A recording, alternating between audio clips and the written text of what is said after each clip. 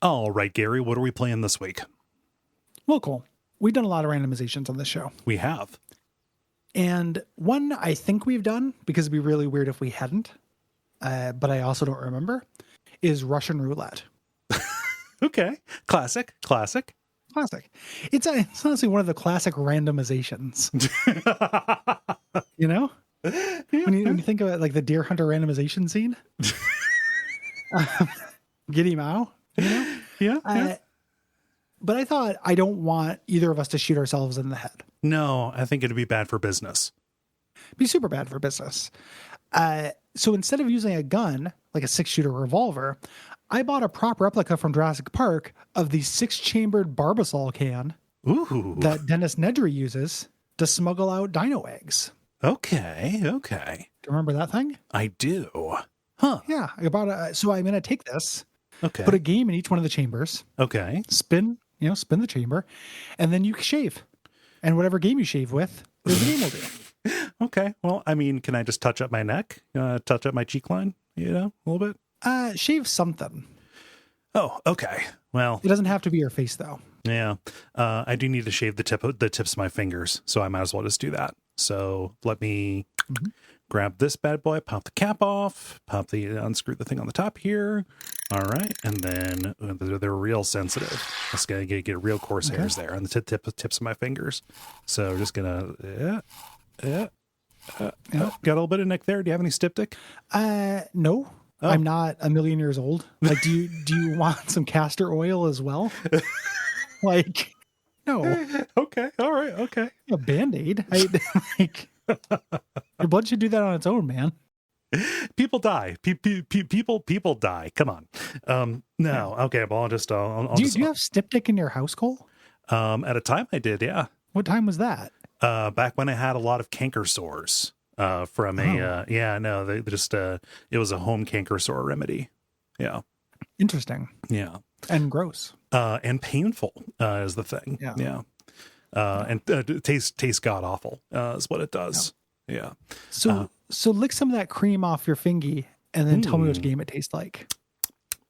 I'm getting some notes of smog, some asphalts, but some scales. It's like it's some kind of, a little bit of dung in there. Yeah, it's almost like some kind of city of dinosaurs. Ooh. Well, let's see if the game. Game computer. There we go.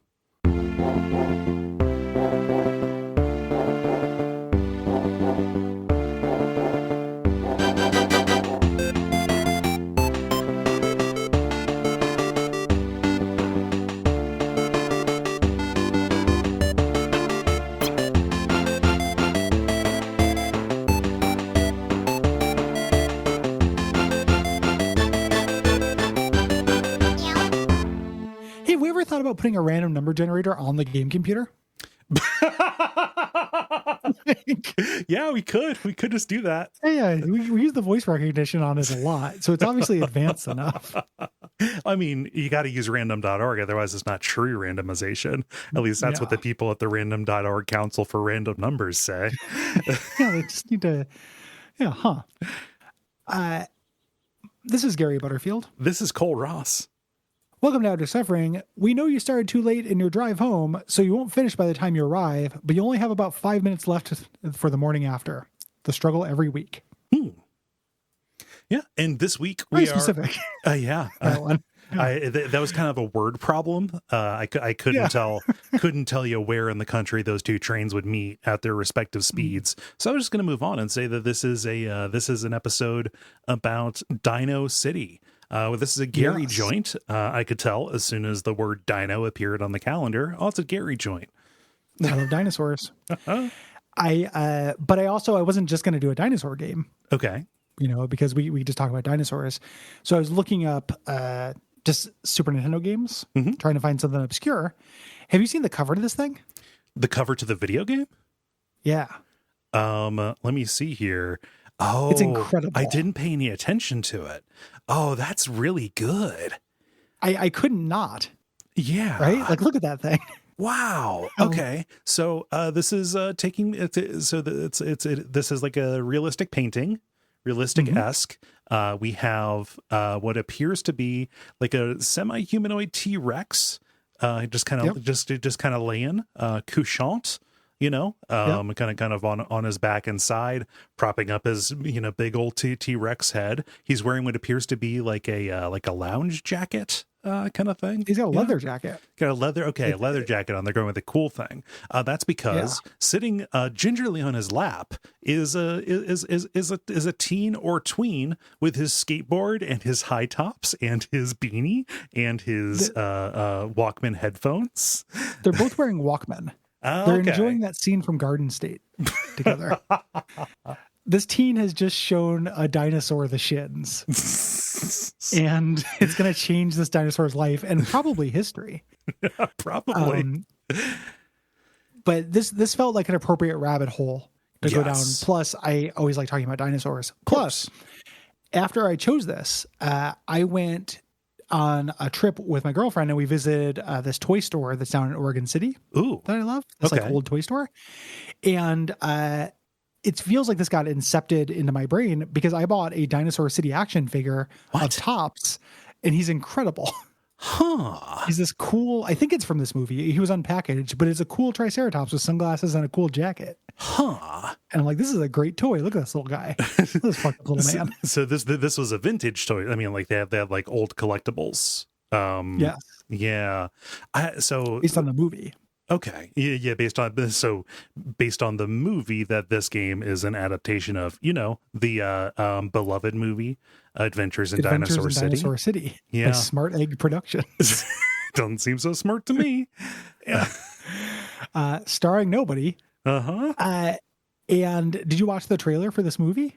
No, I didn't see that there was a trailer. I did poke around on like the playlist of 10-minute clips. Like the whole thing is uploaded.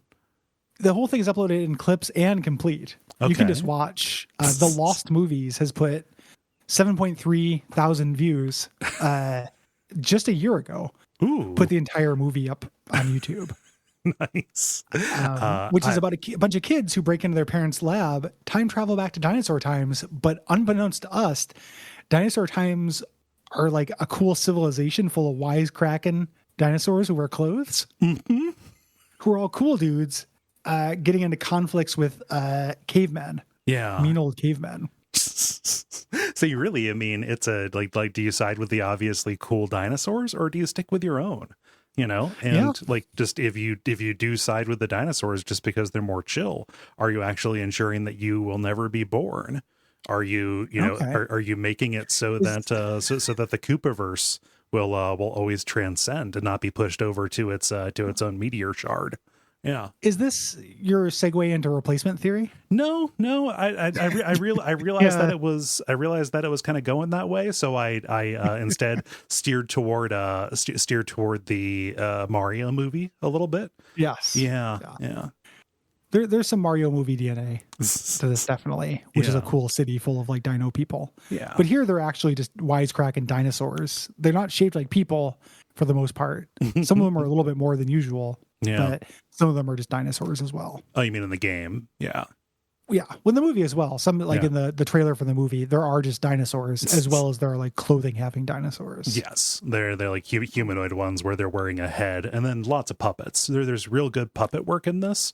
And then also I love the early to mid 90s shorthand for like this is in the past or this is like dino times where everything is misty and has like a green glow to it. Yeah. Like a Dark Souls level. Like you've entered into the dinosaur swamp. Yeah. So they put this filter on things. This is just taking me back. I was a big fan of the 90s Nickelodeon revival or reboot of Land of the Lost. This is giving me big flashbacks to that. Yeah.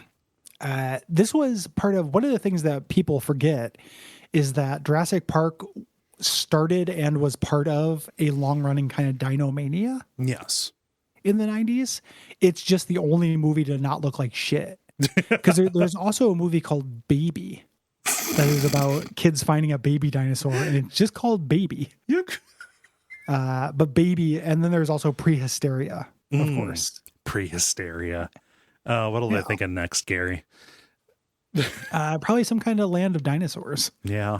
It's Jurassic Universe or whatever the next one's called. Is that for real? Like, No. it's I don't know if it's universe, but the last one was like Jurassic Planet, Jurassic World. So I think they are expanding. They might be in space now. Oh, maybe. Doing a Dino Crisis 3. Yeah. Yeah. Real Dino Crisis 3 energy. Just the people can't get enough of those dinosaurs. No, they can't. And by people, I'm people. I'm one of those people. Yeah. I came up, like, I was 6 when Jurassic Park came out. So like I did see it, but it was like really scary and it made a mark, but it was one of those movies that like the merchandise spilled over. And I feel like just it was aimed at people my age. So, people who, if you wanted like dinosaur stuff, you would probably have to like get all of your toys and room decorations from a museum gift shop. Now all that stuff just kind of entered Gen Pop.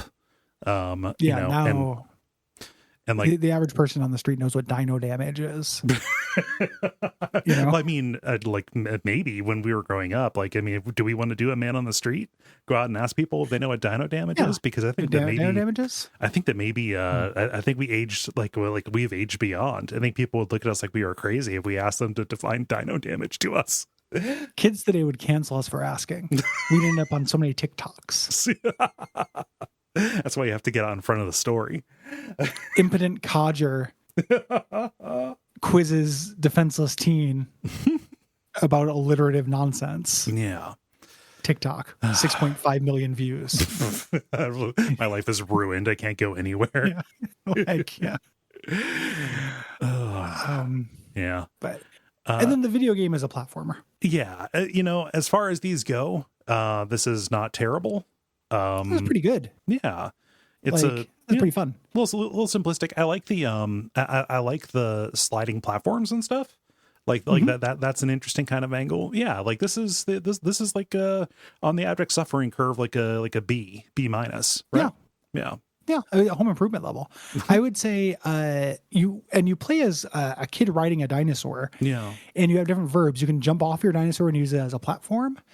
I played as the T-Rex during this, and you fight with melee. Like you throw hands. Yeah. You punch cavemen, which is like not what T-Rexes do. It's like the one thing they can't do. It's what they're least equipped, but maybe it's just the most honorable. Like, okay, I have to do this because I am so much greater of a creature than you. Yeah, a king. Yeah, the lizards. Like you don't get Rex in your name. Yeah, and stoop down to biting. No. Sweet science. It's gross. It's about sportsmanship. You want to make sure that you're rolling up and, you got to keep it interesting. Yeah. But kind of fun platforming, like kind of fun level design. Yeah. It starts off a little bit more complicated than most platformers do at this time. Like they start the jumping on Gator's head basically thing. Yeah. Where like sometimes they have spikes, sometimes they don't. That's right in the beginning. So it makes me wonder if this game gets hard because it kind of starts at things that games would introduce later. I could see that. Typically. I could see that being the case. Something also that it that I think that it gets right is, a lot of platformers from the 16-bit era, like you start out in the first level and you're basically in the same biome doing the exact same platforming across gigantic levels for like 4 or 5 acts. It's like World 1, Act 17. Yeah. This, you've got more of a bite size kind of approach to things. There's a little bit of variety. Like pretty quick, you get into ice levels and or hopping and bopping on seals, which is unfortunate. Yeah. Well, seals in this world, they don't wear clothes. Like who knows what their place is? They're warm blooded. Less than nothing. Yeah, they're probably with the caveman. Yeah. The trailer for the movie shows cavemen creeping on this girl in a real creepy way. The cavemen seem like real pervs. What's... Oh, 1 second. Somebody's here. BRB. That's the question that I was in the middle of asking when they interrupted me. That's no good. Like, what age is she supposed to be? It's always so hard to tell in these because they've got like a 30-year-old playing a 15-year-old who's supposed to be 20. Yeah. Yeah, I don't know. It's a cave woman too, so I don't know.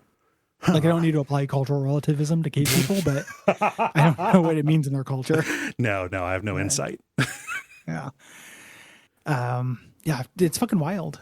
Why isn't this like a popcorn classic on the Switch Online, along with no less than 4 Joe and Mac games for some reason, and other assorted caveman games? Oh yeah, just pulling it back. Give us the long clamored for, Switch Online TurboGrafx 16, so we can get the bonk games. Yeah, have we done a bonk this game idea on for this? a little while? Say what? Have we done a bonk game on this show? It feels like we have, but if Yeah. not, we should. Yeah. And we might be able to bonk a waff. I'll bonk out a waff or two. Just bonk out a couple of wafts. No big deal. Yeah, if I recall, bonks are all right. Pop an H on this bonk so we know it's got the Hornets in it.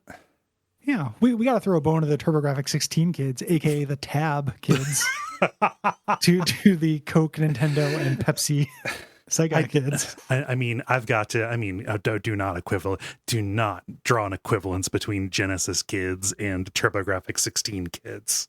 No, I said one is Pepsi and one's Tab. Oh, okay. There we go. That's not an equivalence. They couldn't be their universes apart. All right. Okay. All right. I misheard you and I got real sensitive. I thought you were trying to clown on me. It was by making you Pepsi. Okay, I can it's still less than. It's like an associate professor. I can accept Pepsi. Although, if I was an associate professor, I could not afford Pepsi. Yeah, get a can of Pepsi for Christmas from the government. Yeah, if you're lucky. What's this? A sweater? No, it's a can of Pepsi. It's flat. Drink it. You'll like it. Drink it right now in front of me. All of it. One gulp. Yeah, one gulp. It's flat. Count. Drink it. Oh my God. Sometimes if I feel queasy in my tum-tum and need to make myself vomit, I think about the taste of Diet Pepsi. No joke. Oh, yeah? I find Diet Pepsi, like the taste of that, because I drink it when I was growing up when I just like needed something ice cold. Okay. That's what my mom drank when she couldn't get Tab. She was a Tab person. Mm-hmm. But when Tab kind of went away for a little bit before it came back, I would drink a Diet Pepsi, and it's so like flat and sickeningly sweet. Yeah, and I'm not going to get up on my high horse about it because I drink a Diet Coke or two. But there's something about a Diet Pepsi. I assure you, I can taste the difference. That tastes more chemically to me. Oh, it's way grosser. Yeah, like Pepsi is disgusting. I wouldn't feed Pepsi to a dog. Like it's a repulsive soda, like Sega. Yeah, but it used to be like back when I drank regular pop still, it would be like, okay, I like regular, I like Diet Coke, but regular Pepsi, and the other way around, it doesn't work. Regular Coke, didn't care for it, tasted bad to me. Regular Pepsi though, that was the thing. Yeah, absolutely fascinating. Yeah, I think that I don't drink regular soda. But a regular Coke still feels like a treat to me. Yes. On the opportunity I decide to indulge. And if I'm going to drink a full sugar soda, it is going to be like a special one, like a good ginger ale or something like that. Yeah, good ginger beer. Yeah, it's good shit. There's less to talk about this than I thought there would be.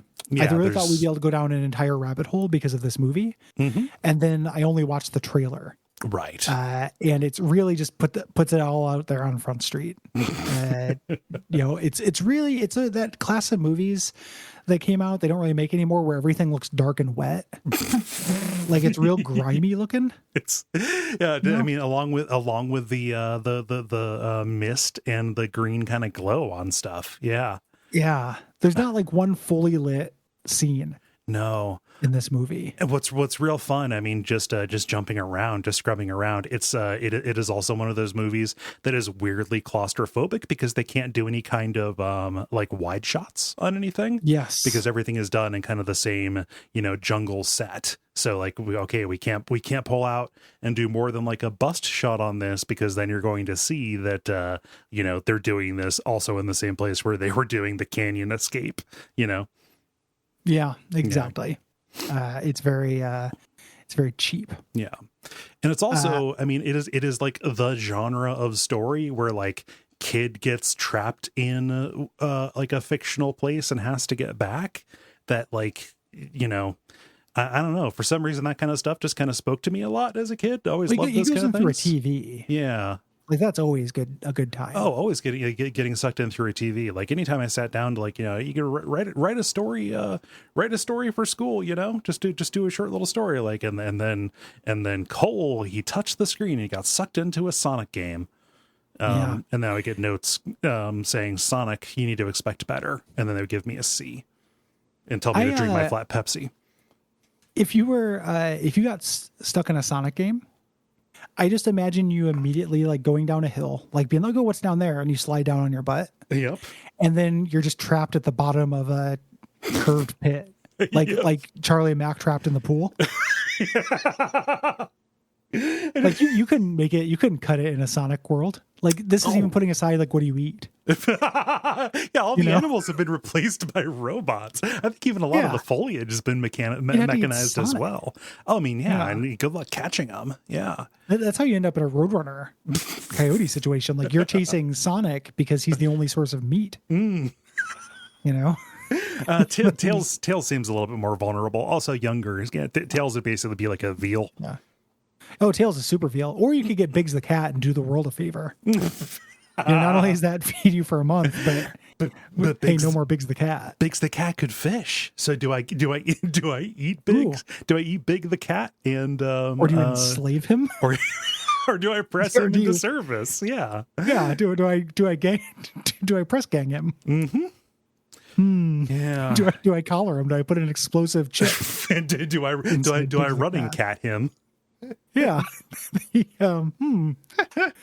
I could see an argument for both. I imagine you have him fish until he starts making mistakes, then you eat him. Yeah. Or you slow roast him at that point. He's all old. But. Yeah. Well, I mean, you just you eat one of his arms, just as a as a warning. One of his legs. He's got to reel that. He's got to reel that in. God, what a mistake Big the cat was. Oh, he's horrible. Yeah. What do you think a Chow Chow tastes like? Chow Chow? Oh, I mean, just Chow. It's not twice. It's just Chow. Oh. Yeah. Oh, gotcha. There's supposed to be like some kind of like magic meat. I'd be really afraid that I would get cursed. But chows lay eggs. They hatch from eggs. So I imagine. So it's renewable. Yeah. And you can eat them whole like a soft shell crab, I imagine, or like an ortolan. Yeah, but you gotta bones and all, just crunch them up. You got to make sure that you eat them inside of a loop-to-loop. That way, God can't see you. Yes. Yeah. At the bottom of your Sonic Death Pit. Yep. And you just kind of like make Sonic noises and hope the chows fall in. You fed at the bottom of your pit. Yeah, and they just eat enough of them so that I can climb out on a mountain of their bones. Yeah. After you've hawked them up like coal pellets. Yeah. And then the kids in the Sonic world could dissect your coal pellets. Yeah. See the chows you've eaten. Just... What's this curly red hair curly red coin purse? Oh, that's a coal pellet. Yeah, it's wrapped up in his hair. Yeah. How did he get so much of his hair in his stomach? We don't know. He says he's not eating it, but we keep finding it there. I can see it. I could see it. But yeah, no, if I slipped and fell down a hill in Sonic Land, I'd be fucked. Well, a lot of slippery surfaces there. Everything has been pre-soaped. Just touching one of those spring traps would just immediately like give you whiplash. Oh my God, it'd snap my neck. I'd die immediately. Like, crash test dummies yourself. Like, once there was this Cole who sunk into the TV and he went to Green Hill's own amp. Yeah. We had that tweet where you were just like, oh, I imagine Cole sleeps in the Sonic bed with this Sonic stuff. People got a little bit too into my little scenario where I died, where I replied with me dying in the tub. People were into it. People might be a good move for the network. It'd be good. Really awful. I don't play Russian roulette. It's focus testing really well. You slipping in the tub, dying instantly by snapping your neck, and the rings erupting from your body and blocking the door from opening. Yeah, which would be a real concern for Sonic. It really would. Yeah. Can I? This is network stuff. Okay. I could not be less excited about that Sonic movie, but we're gonna have to watch it for work at some point. We are. Yes. It looks like such shit. I don't know why they're adding Idris Elba Knuckles to that movie. like a serious Sonic. Like, have you seen the trailer for it? Oh God, no. Why would I watch the trailer? I saw it in the theater. They showed it before Batman. Oh, okay. But it's real serious. Like Dr. Robotnik's like, I got a little surprise for you. And then Knuckles comes out and he's Idris Elba, like one of the best actors, you know, and just incredible presence. It's just like, we're gonna play, and like cracks his knuckles or something. And I'm like, man, this is not the movie that I want to watch. Who asked for this to be darker? I don't, it's really, in every medium, as soon as you add people to Sonics, they get stupider. Yes. It never needed more characters. Like, Tails is fine, even though I do hate Tails' voice, but Tails is fine. Yeah. After that, though, like, they should have just kept it with Sonic and Robotnik. They really ought to have. Like, I don't know. First Sonic movie is not, not great or anything, but like, I liked it because it was, kind of cartoony.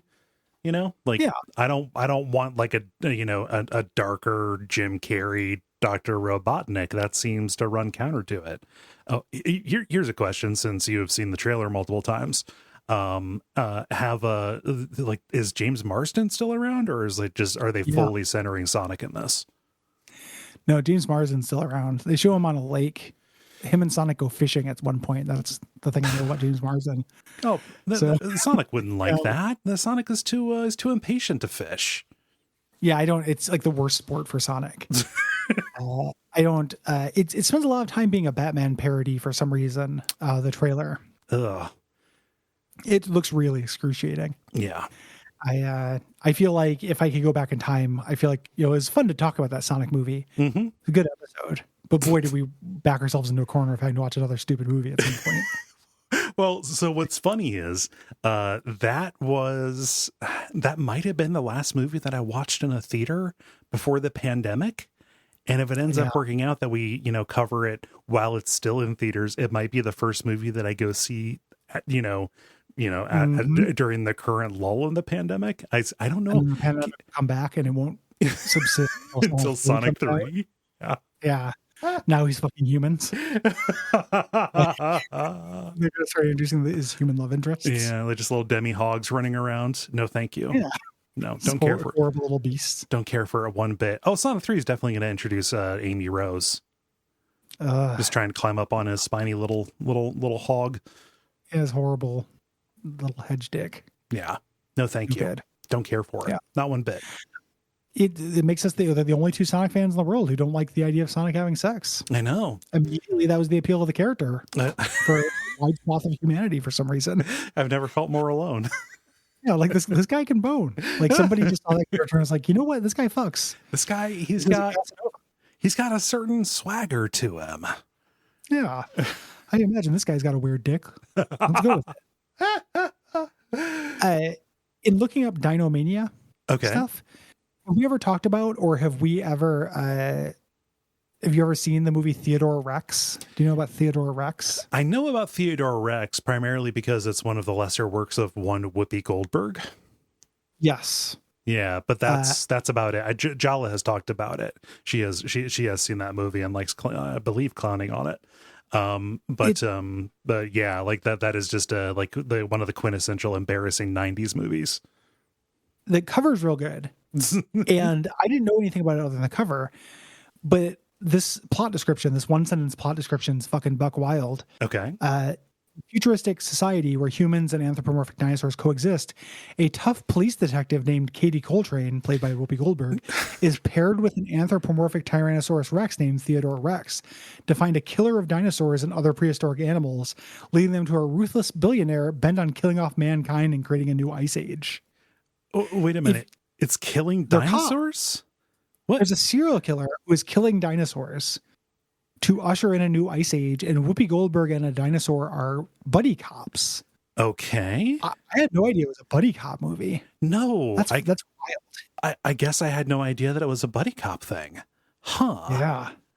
Yeah. Poor little Bud Cort is in it. Like wait a minute. From, Harold and Maude. Oh man. Yeah, that's a real unfortunate man. Yeah. Huh. Yep. It's a buddy cop movie. That's Weird. bizarre. Yeah. No. There's a lawsuit. She would be trying to back out of it. That's really good. Yep. She's like, nah. And they're like, no. Yeah. One of the attorneys for the case described this as being similar to the legal battle of King Basinger trying to get out of Boxing Helena. That's a fucked Tying up this movie. back into other Duckfeed stuff. Me and Jeremy have talked about Boxing Helena a lot. Yeah, it's a real fucked up movie. It's a shame that that Sherilyn Fenn like got off of Twin Peaks and immediately went into that. Kyle MacLachlan went to Showgirls and she went to Boxing Helena, and those careers kind of never recovered after that. It's a real shame that I masturbated to Boxing Helena a million times as a teenager because of course I did. That's Sherilyn Fenn. Come on, dude. The implications were entirely lost on me. One of the things that happens a lot, especially I talk to my old friends, is I'll stumble upon unexamined sexism I had as a teen. Okay. Or like an early 12-year-old. Mm-hmm. And it's always really embarrassing and really obvious. And Boxing Helena is one of those things where I was like, oh man, Boxing Helena's on. I'm going to see a tit and masturbate. And it's a movie about cutting off the arms and legs of a woman and keeping her in a box. Yeah. It could not be more disgusting. Yeah. It couldn't be like it's just sicko shit. And not fun, looking through the window wearing a shirt that says sicko shit. Like actual sicko shit. Masturbating to Human Centipede. Yeah. What was wrong with me, man? Like testosterone is a hell of a fucking drug. Testosterone plus Sherilyn Fenn. Yeah. Yeah. It's a deadly duet. Like those two things together. Like yeah. Yeah. But I mean, just it was catch as catch can when it came to when it came to boobs on the big screen. Yeah. I think I've talked about one of my grosser boob on the big screen movie. There's a movie called Ramblin' Rose. Ramblin' Rose. In this movie, this lady lets like a kid finger her. Okay. In this movie, like a pretty young kid, like probably low teens, 12-year-old or whatever. And again, though, like I'm a teenager and I wasn't like, this is statutory rape. Uh-huh. She has all the power in this situation. I was just like, oh man, if I was that 12-year-old fingering Ramblin' Rose, like it's fucking sick. Yeah. Like I'm obviously not going to have kids, but if I ever were to, I think it'd be good to teach young boys to not be absolute goddamn monsters, like horrible little walking boners. Yeah. I feel like, just one of those sliding doors kind of moments. Man, it was like the year 2000. Okay. So I was like 13 or whatever. And you couldn't turn on a television, without seeing a trailer for the movie Hollow Man starring Kevin Bacon. Okay. And I really wanted to see Hollow Man, because I like scary stuff, but also like the trailer made it look real sexy. Ladies are undressing or whatever. And I just really wanted to see that because I was 13 and just, and my mom's like, no, you're not going to see that. And never really explained why. And it's like, oh yeah, of course, any of the sexy stuff, he's an invisible rapist. Like, yeah.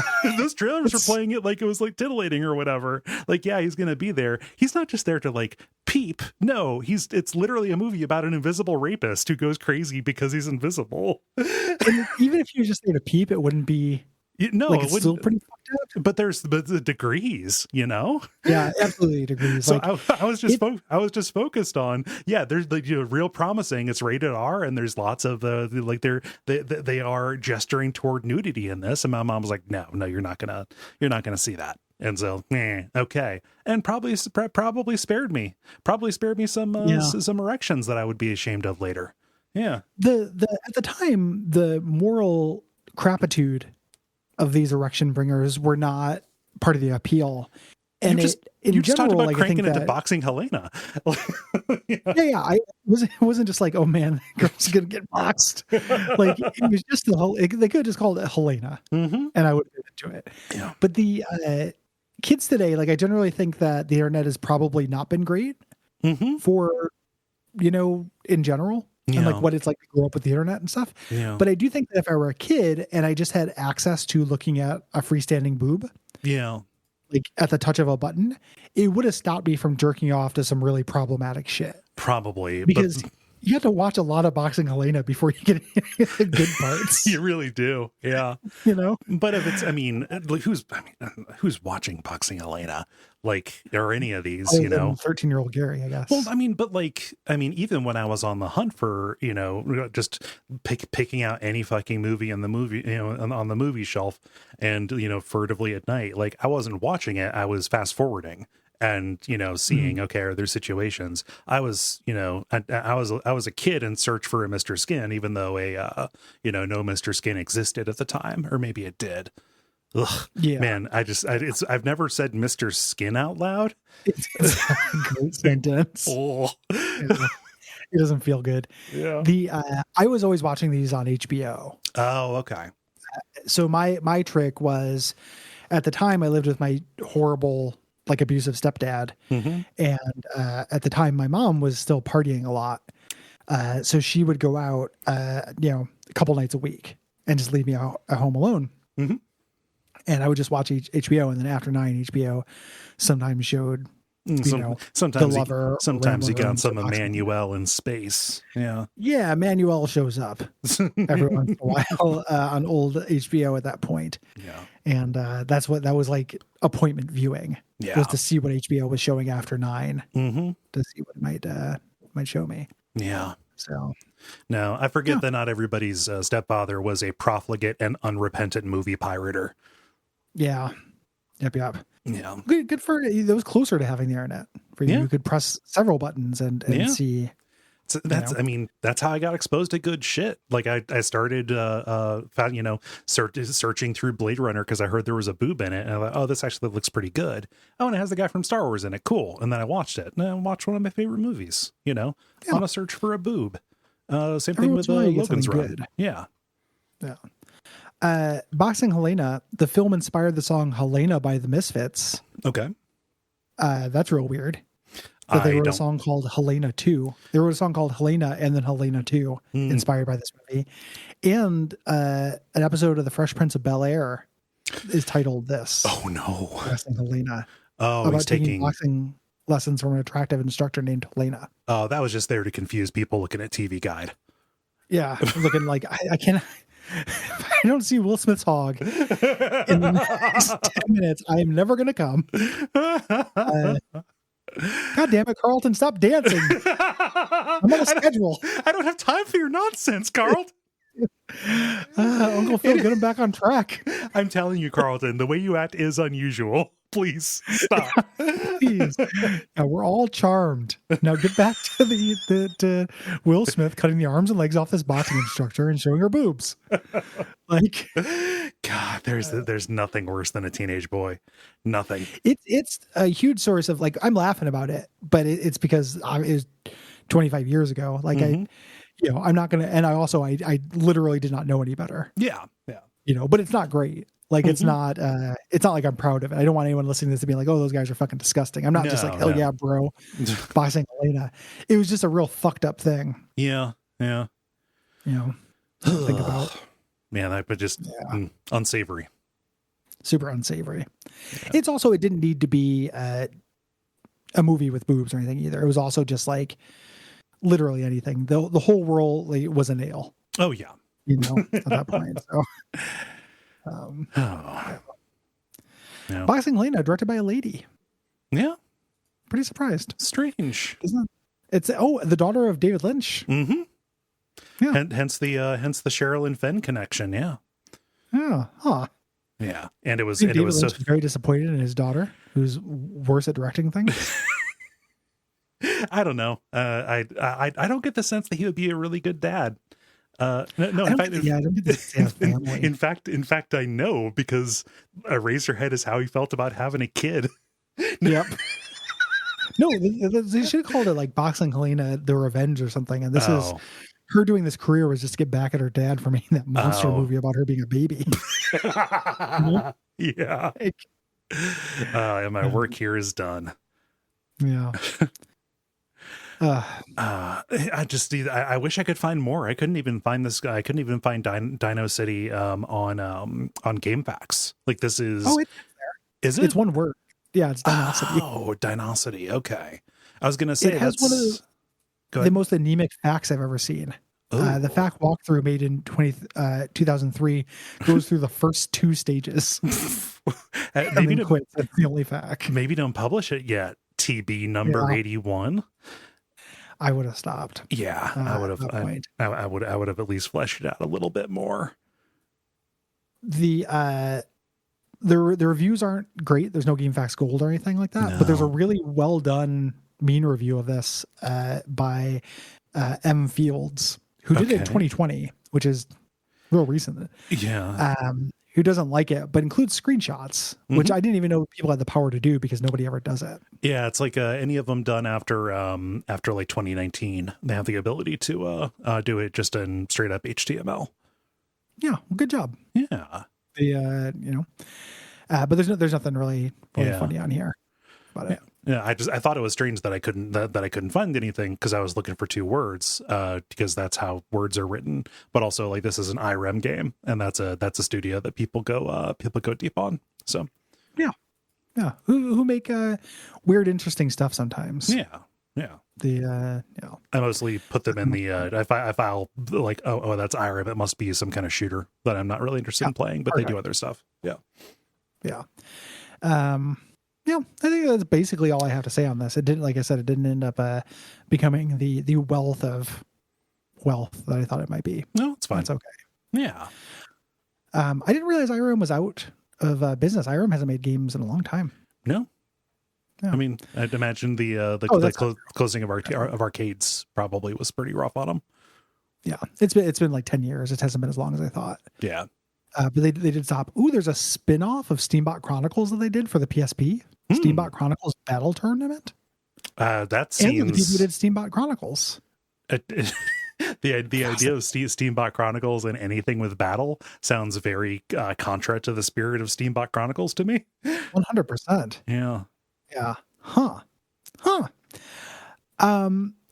If people like the show, what should they do? They can go to patreon.com/Duckfeed.tv, get 2 extra episodes of the show per month, and help out your boys. People who are listening should know that we are going to be phasing out the early release. There is a blog post on the Patreon explaining kind of our reasoning behind that, and there's no need to kind of recover that ground.